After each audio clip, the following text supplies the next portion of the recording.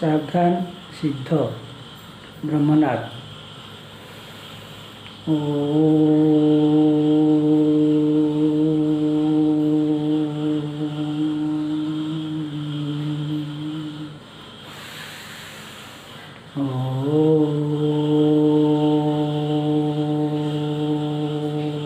Shanti Shanti Shanti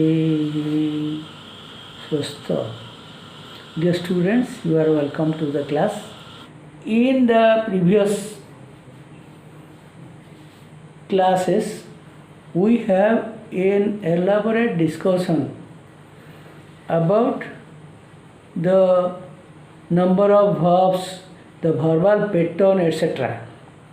So I think it will not be very difficult for you to understand what we are going to learn. It will be very easy one for you. Today we'll know about the auxiliary verbs. Okay? Auxiliaries, as you know, go before a main verb. When more verbs, more than one verb occurs in a verbal phrase, the last one is the main verb and the preceding ones are auxiliary verbs. Let's see the example. He is a teacher. He is teaching now. I have a car. I have bought it. I do my duty. I don't neglect my duty. I can swim in the river. It may rain today. Could you help me? Mark the verbs. Mark the verbs. In the first sentence, the only verb is. In the second sentence, we have two verbs, is teaching. In the third sentence, I have only one verb. In the fourth sentence, have and but, two verbs. In the fifth sentence, I do my duty, only one verb. In the sixth sentence, I do not neglect. Here do and neglect, two verbs. See, in first, third and fifth sentence, we have only one verb. Whatever the verb may be, but when only one verb occurs in a sentence, that is the main verb. That must be the main verb, not the auxiliary verb. Here is in the first sentence is the main verb, as it is only one verb. It is the only verb in the sentence. In the third sentence also, have is the only one verb and it is the main verb. And in the fifth sentence, do is the only verb and it is the main verb. So when only one verb occurs, it must be a main verb. Okay? And in the other sentences, fourth, second, fifth, fourth and sixth sentences, you see more two verbs occur, and the first one is here is an auxiliary, whereas is in the first sentence is a main verb, but in second sentence is the auxiliary verb. It adds meaning. It tells. It helps the main verb. So it is auxiliary verb. In the fourth sentence, have but. Here have is the auxiliary verb, but in the third sentence, have is the main verb. That means we can use is or be verb, have verb and do verb.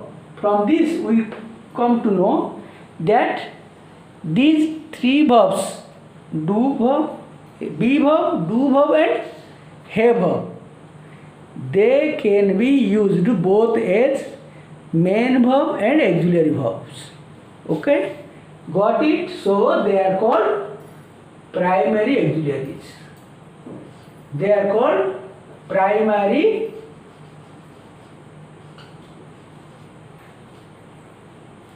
auxiliaries.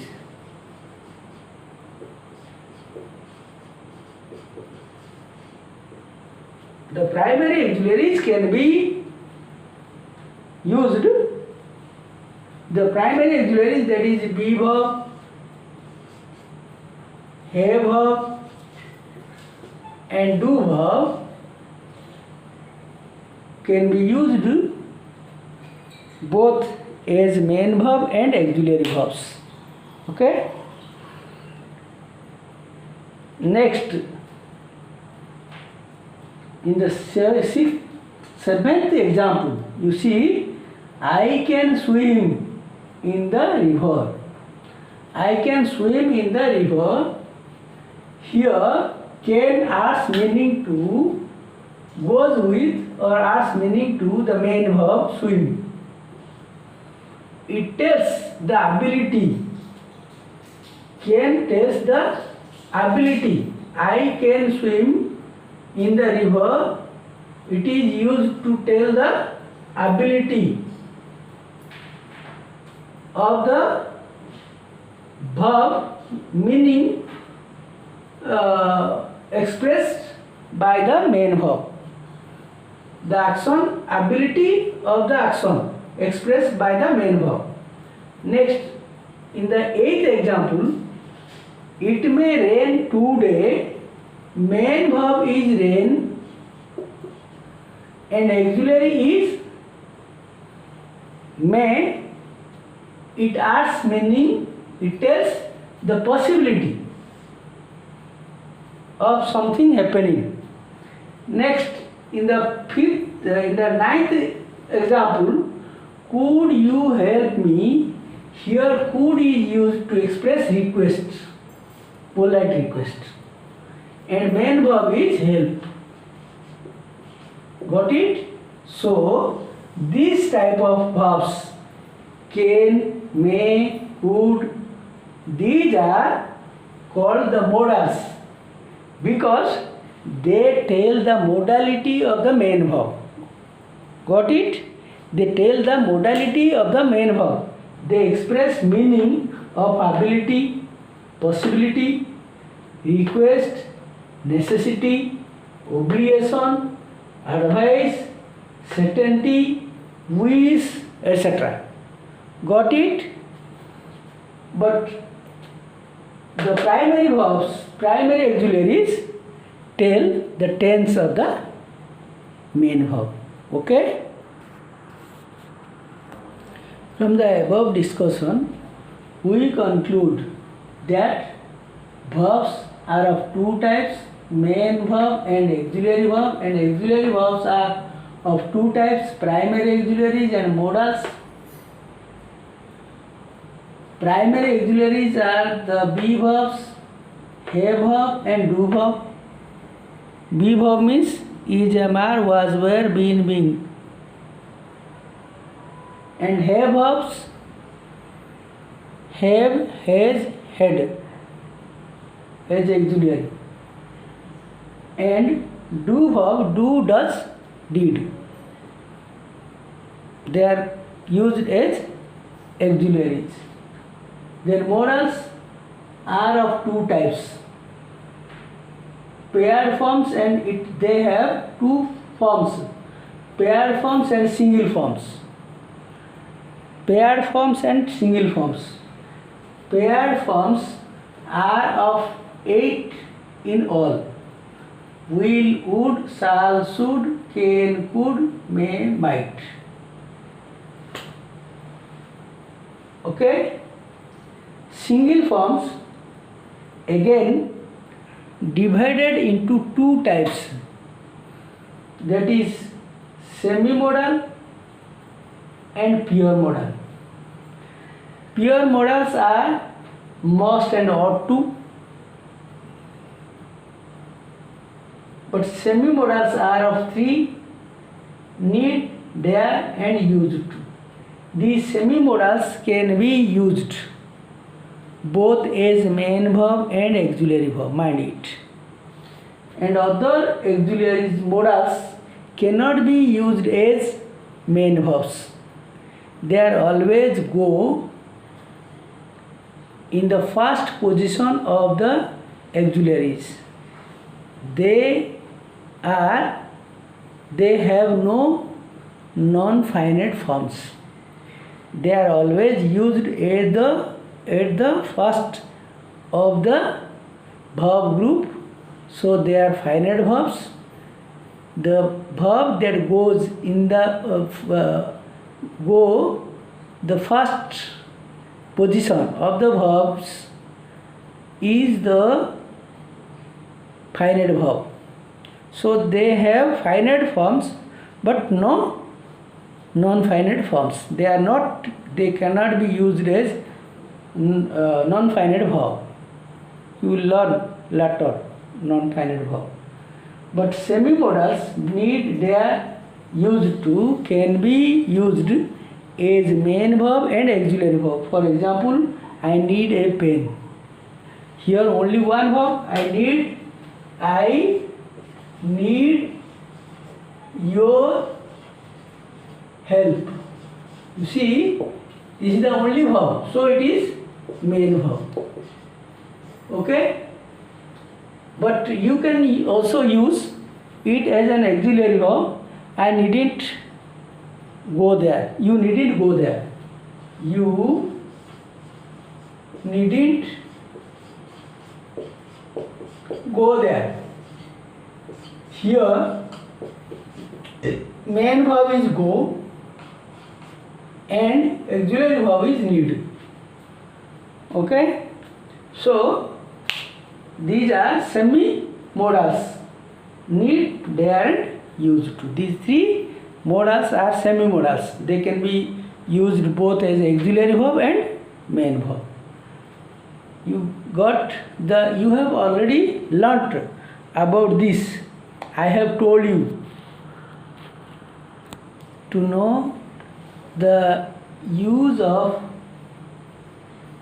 be verb as auxiliary. Let's study the examples. I am standing before you. I am standing before you. Here, am is followed by the main verb in its ing form. This is the main verb.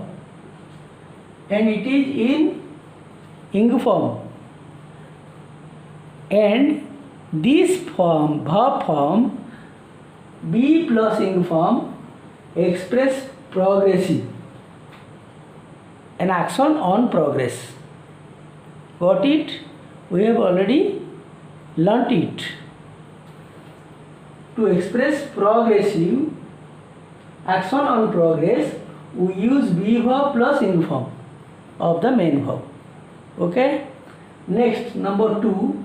I was invited to the party. Here, the be verb, auxiliary verb, goes before the en form, be3 form of the main verb. And this pattern is used to express passive sentences. For in passive sentences, we use V3 with a be verb before it, mind it. So, be verb is used before the main verb in its third form or en form. So, these are the uses of a be verb as auxiliary, mind it. As auxiliary, the be verbs are used either before an ing form before the ing form of the main verb or before the V3 form in passive sentences. Mind it. Okay? These are the two forms, verb patterns. Be plus ing form for progressive aspect, and be plus en form for passive in passive sentences. Okay? Let's know the use of P verb as main verb. As the main verb, the V verb introduces more information about the subject, such as its identity, nature, quality, and position. Got it? Let's examine the examples. She is Minati. She is Minati. To give identity of the subject, that is she, we use be verb as the main verb. Be verb is used to give identity of the subject. Who is she? She is Minati. She is a student. This also gives the identity. Okay? So she is a student. Here be verb gives identity, is used to give identity of the subject. Next, in the third example, she is intelligent. Intelligent tells the nature of the subject. So to express nature of the subject, to introduce nature of the subject, we use be verb. To express, to tell the nature of a person, we use be verb. Okay? Next, she is pretty. She is pretty. Pretty is the quality. To introduce the quality of the subject, she, we use be verb. And she is the monitor. Monitor is a position. So be verb is used to give the position, to introduce the position of the subject. Then another sentence, she is in the class. Here is also in the class is the position where she is the position. So be verb in these sentences are used to introduce more information, to give more information, to introduce more information about the subject, such as identity, nature, quality, position, etc. Okay? Let's see the use of have verb. First is auxiliary. You know, have verb is used in a perfective tense. In perfective tense, to tell, to show that the action suggested by the main verb has been completed. To make perfect tense of the main verb, to make perfect tense of the main verb, have is used with the third form of the main verb. Okay? So have plus B3 is used for perfect tense. Perfect tense. To make perfect tense of the main verb, have is used with the third form of the main verb. Got it? We have won the match. Here, have is the auxiliary verb and won V3 of win is the main verb. And she has the auxiliary verb and done is the main verb in V3. Okay? To make perfect tense of the main verb and to show that the action suggested by the main verb, that is winning, has been completed, over. The work done, she has done her homework. Here the action suggested by the main verb done, do, has been completed. Okay? So to make perfect tense, we use V3, have plus V3. Have verb plus V3. Okay? Here the use of have verb as main verb. I have a car. I have a car. I have a brother means I own a car. I own a brother. To say the meaning of own, possess. And I have a party today means I experience a party today. Let's take another example. I have a severe headache. I have a severe headache. Here, have means experience. To mean I experience a severe headache. I feel a severe headache. Okay? So, have means own or experience.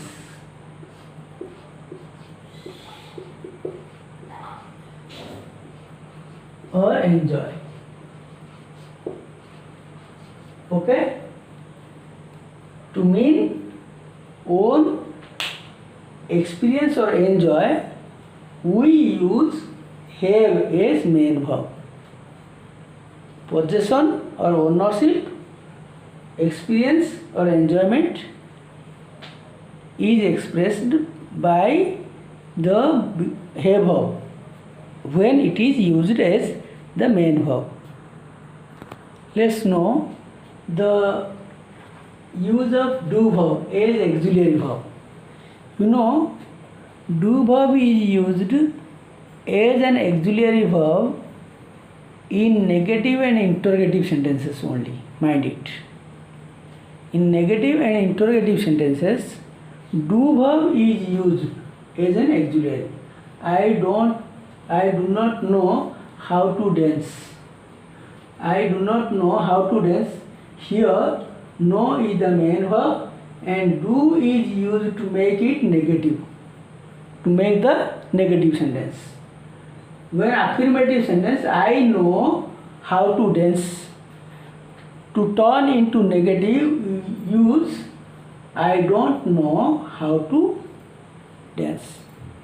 In the second sentence, she doesn't come to school in time.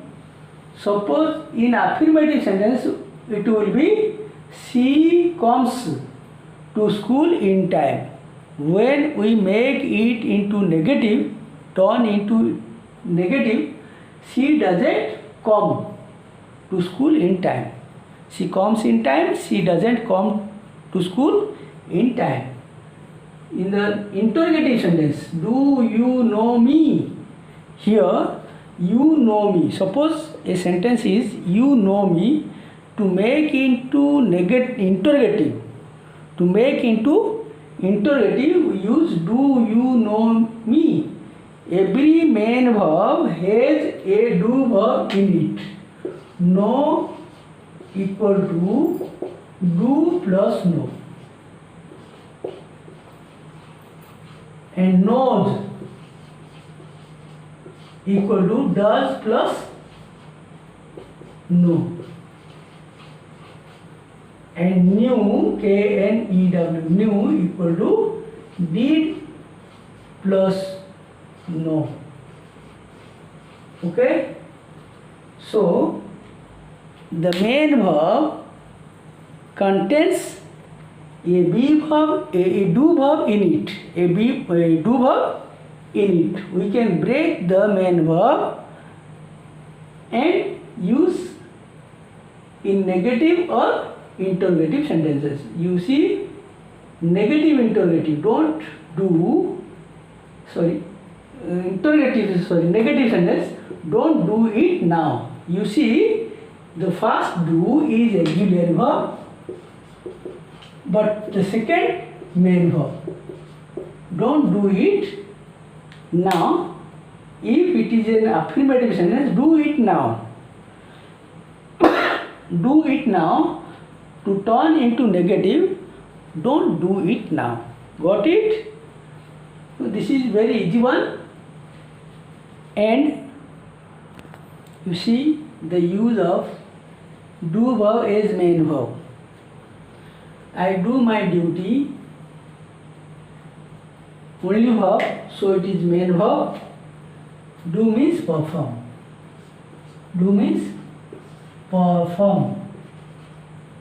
I perform my duty. She does her work. She performs her work. They did their best. They performed their best. They performed their best. So, do means perform an activity or task. These are the uses of primary auxiliary verb as main verb and auxiliary verb. I am sending here with an activity to do, and you have an activity in your book. First activity of the auxiliary verbs.